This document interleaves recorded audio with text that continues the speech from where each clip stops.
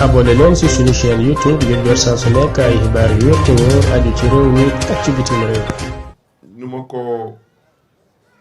waxee daal noonu lañ koy jéem a gérer ñun mbokki taxawu Sénégal comme nu mu leen ko waxee dina dellu siwaat fii dinañu waxtaanu néeg waxtaanu taxawu Sénégal tey nag mbokk yi lu ma fi indi comme je l'ai déjà dit Sénégal la soxla suba mooy le vendredi 17 juin nous appelons le peuple sénégalais à se mobiliser fu waay munti nekk ci département yi ci région yi nous vous demandons de vous mobiliser et de résister parce que foofu la dëkk bi tollu tey man dama bokk ci responsable politique yi su ma gis-gis mooy lan mooy je considère que les gens doivent rester dans leur département dans leur région et se mobiliser. Il faut envahir les sous-préfectures, envahir les préfectures, envahir les gouvernances, envahir la rue avec une seule arme en main, c'est le drapeau du Sénégal.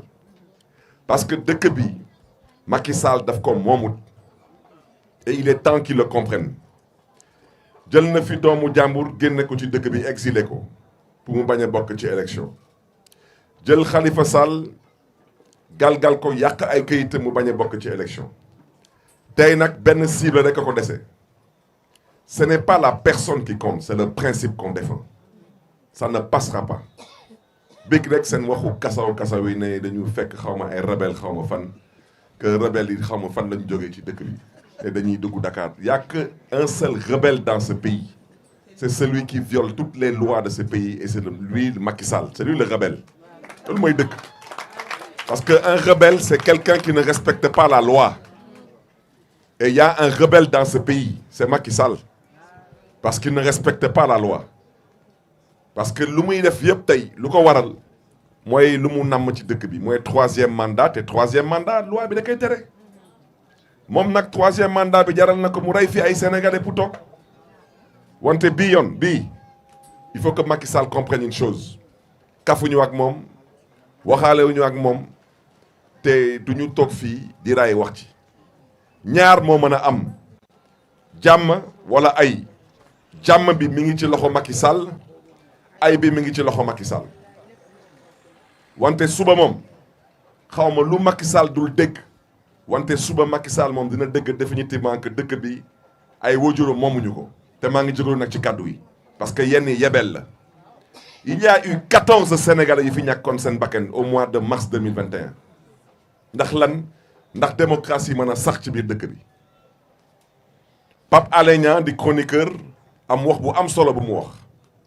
Pape Alé nee na moom lu mu wax nee na moom ba ñu ne président Macky Sall commission d'enquête ci 14 Sénégalais yi ñàkk seen bakkan mu ne commission boobu du fi am parce que pour moom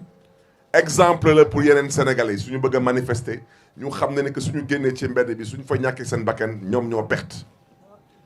comme mbir bi foofu la tollu nag les choses vont se régler et se jouer dans la rue parce qu'il n'est plus question que les Sénégalais perdent la vie au nom de la bêtise d'État nervi laa wax bu fi génn suba ma waat ko ci kanamu yàlla xoolal yaa ngi tooñ sa bopp te tooñ sa ay mbokk parce que ku ñu noon a fekk ba sa biir kër dinañ la fekk ba sa biir kër nga xam ne ni dëkk bi Macky Sall moomu ko lu la Macky Sall nag mënti sant xaalis ba mu la mënti jox ne la génnal ci mbedd bi demal nga rey ay Sénégalais reyal rek nga xool qu'est-ce qui va se passer nous les avons tous identifiés balaa may dee ñuy nekk di def ay poste di ne dañuy wane lii mooy kër Ousmane Sonko lii mooy kër Barthélémy Dias di man dama ne ku juum ba ñëw suma kër ku fa juum ba ñëw suma kër da nga xam ne lu yàlla santaane mooy dem julli ji fa laa yem ci wax ci amul police amul gendarmerie amul préfet amul gouverneur na ñit juum nag ba ñëw suma kër parce que nag dëkk bu amatul loi chacun va assumer ses responsabilités ragal dëkku fi ana ay taxaw fii di bëgg a gëmloo nit ñi fan ngeen mës a gis coupe du monde FIFA taxaw valider benn équipe ne ko yow mën nga indi 11 joueurs soxlawul ngay indi 22 11 rek ngay indi indil 11 partants remplaçants yi du ñu bokk wala 11 partants yi duñu dem remplaçants yi ñooy dem loolu fan na ma sa am ci coupe du monde fan ngeen ma sa gis coupe d'Afrique équipe ñëw taxaw ne amul 22 joueurs 11 rek lay indi fan la ma sa am voilà. Mais dès Macky Sall ne moom day fooyee xelam ne day valider listam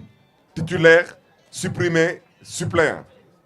waaw ñaanuñu ko yàlla Macky Sall moom groupe boobu su amee ku ciy wàññeeku kan mooy remplacer kooku. Macky Sall loi bi nee na député bu transhumé day perte postam waaw moom ci groupe am su fa amee ku dem ba ci biir décider bàyyi APR wala benn bokk yaakaar dem defi leneen kan moo koy remplacer kon l'Assemblée nationale ne sera pas complète. Mais Macky Sall kan la yëpp ah Macky Sall taxaw tey nekk liste Yewwi Askan Wi titulaire du bokk nañu wax lan la ko Ousmane Sonko def. Il n'a qu'à régler son problème avec Ousmane Sonko et laisser la liste Yewwi Askan Wi tranquillement parce que nag éliminer Karim Wade éliminer Khalifa Sall tey nga taxaw ne Ousmane Sonko du bokk dama ne yow mi yaadul bokk waaw. Et autant de jours et autant de temps que ce combat devra prendre, ce combat-là, on le mènera. Parce que ce combat-là, il a démarré vendredi dernier. Damane, Macky Sall nee na duñu manifester vendredi. Ma ne leen dinañ manifester vendredi, dinañ manifester samedi, dinañ manifester dimanche, lundi, mardi ba Macky Sall nekk ñett. Le mot d'ordre, il sera un seul et unique mot d'ordre. Nous allons envahir les rues. Et dans la diaspora, nous allons envahir les consulats et les ambassades jusqu'à ce que Macky Sall arrête son cirque. Et les gens vont participer aux élections. Voilà, mais dañuy taxaw di wax seen waxu picc yi ay force restera la loi. Bonne force. Fii, il n'y a qu'une seule force, c'est la force qui revient au peuple. Et le peuple va exprimer cette force à partir de demain. Voilà, mais da ngeen di wax ay waxu trouble à l'ordre public. Yéen gisagu leen dara ba suba inchallah. Parce qu'il n'y a qu'un seul fauteur de trouble à l'ordre public dans ce pays, c'est celui qui crée les conditions du trouble à l'ordre public. Constitution du Sénégal may ñu sañ-sañ ci yar ak teggin ñu mën a taxaw wane suñu naqar. Vendredi dernier, on est sorti, on a manifesté dans la paix. Tey nga taxaw nañu trouble à l'ordre public. Yow ba suba inchallah yàkkamtiwuñu ba suba rek. Ba suba rek. Da nga am police. Da nga am gendarmerie da nga am armée da nga xam ne suba policiers ay sénégalais lañu gendarme yi ay sénégalais lañu militaires yi ay sénégalais lañu dama ne ñoom ñu ngi may dégg surtout policiers yi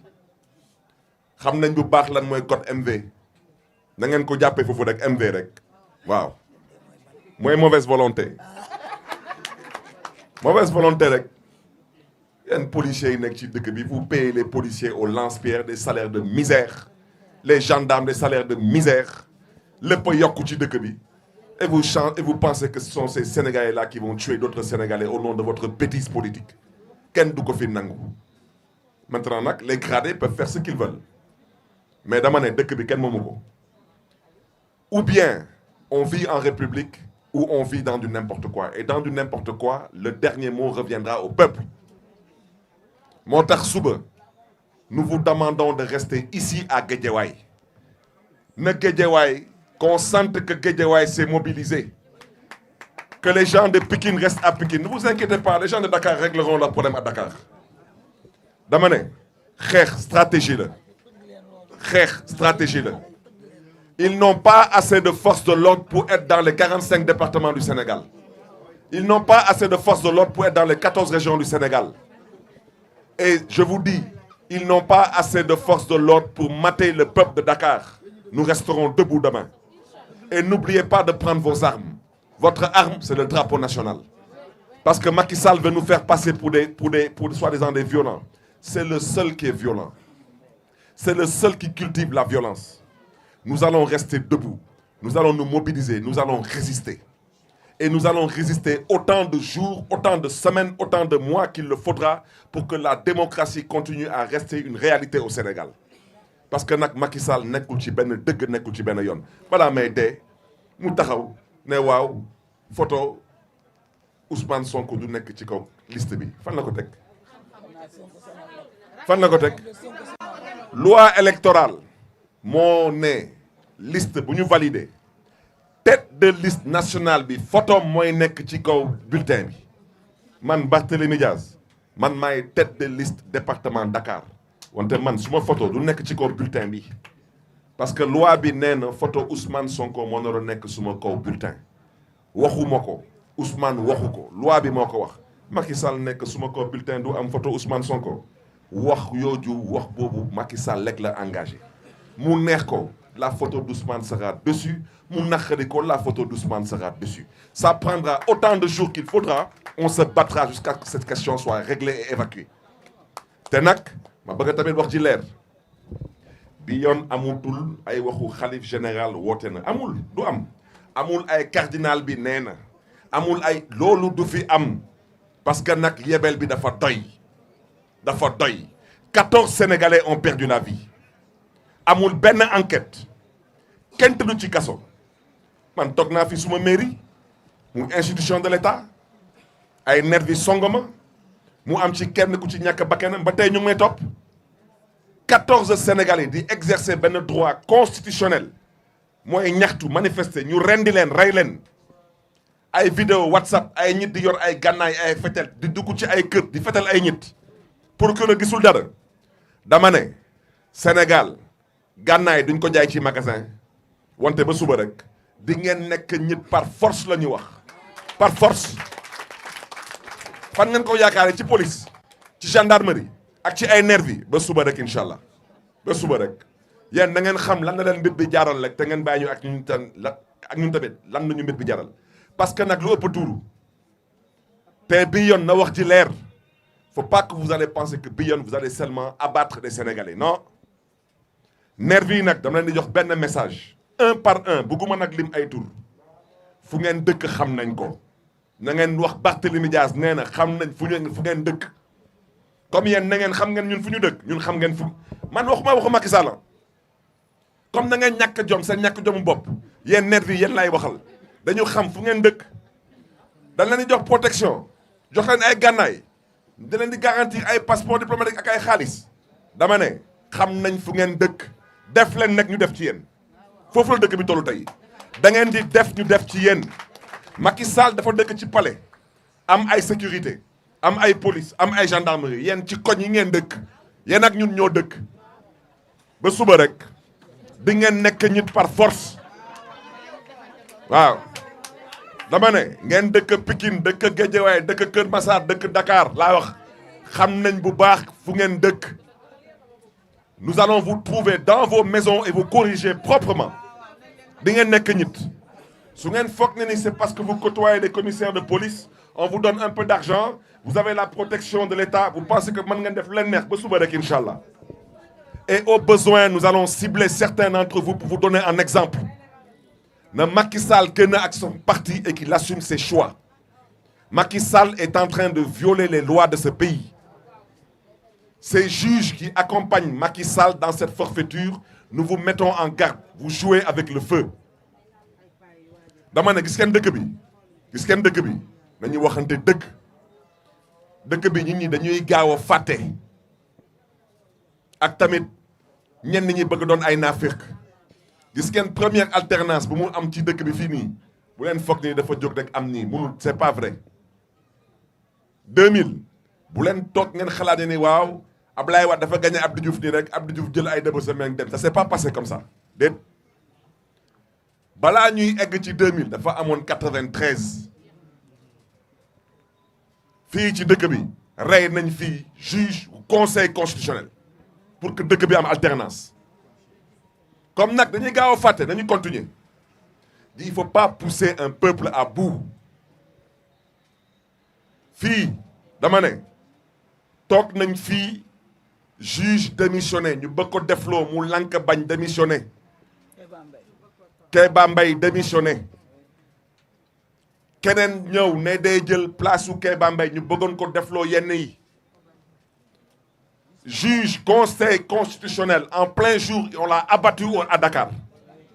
loolu moo indi alternance yi dëkk bi maa ngi jóge nag ci kàddu yi parce que juge boobu am na ay mbokkam am na fi ay njabootam que ces juges se ressaisissent c'est ce même peuple qui est encore là debout Si quelqu'un pense qu'il va prendre sur lui la responsabilité de foutre ce pays en l'air, avant qu'il le fasse, c'est lui qu'on va foutre en l'air. Loolu mooy dëgg bi parce que ñun fii la ñu dëkk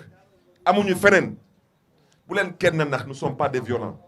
dëkk yu ngeen di dëgg yëpp ay France ay États-Unis dëkk yu dafa am révolution ba mu doon lu mu doon démocratie. Rwanda bii bu ngeen di dëgg tey mu doon exemple dañ fa rayante bu mu doon tey exemple Afrique. Amérique bu ngeen di dëgg nii tey dafa amoon guerre sécession entre le nord et le sud. France bu ngeen di dëgg ñu ne la France biir Paris bu ngeen di dëgg y a eu une révolution ñu jël ay buur dagg seen bopp. Il faut pas pousser un peuple à bout moo tax ma ne Macky Sall combat bi mënoo ko gagner fenn. L'université mobilisez-vous de Dakar à Saint-Louis en passant aussi par Ziguinchor mobilisez-vous. Que sénégalais yi toog ci seen département yi jóg jël seen drapeau mobilisez-vous. Bloquez les rues, bloquez tout, les banques, les assurances, les stations d'essence, les supermarchés, bloquez tout. Dinañ xool est-ce que Macky Sall a le monopole de la bêtise politique fan la ko teg nga taxaw ne way photo Ousmane Sonko dañ ko utiliser yaay kan yow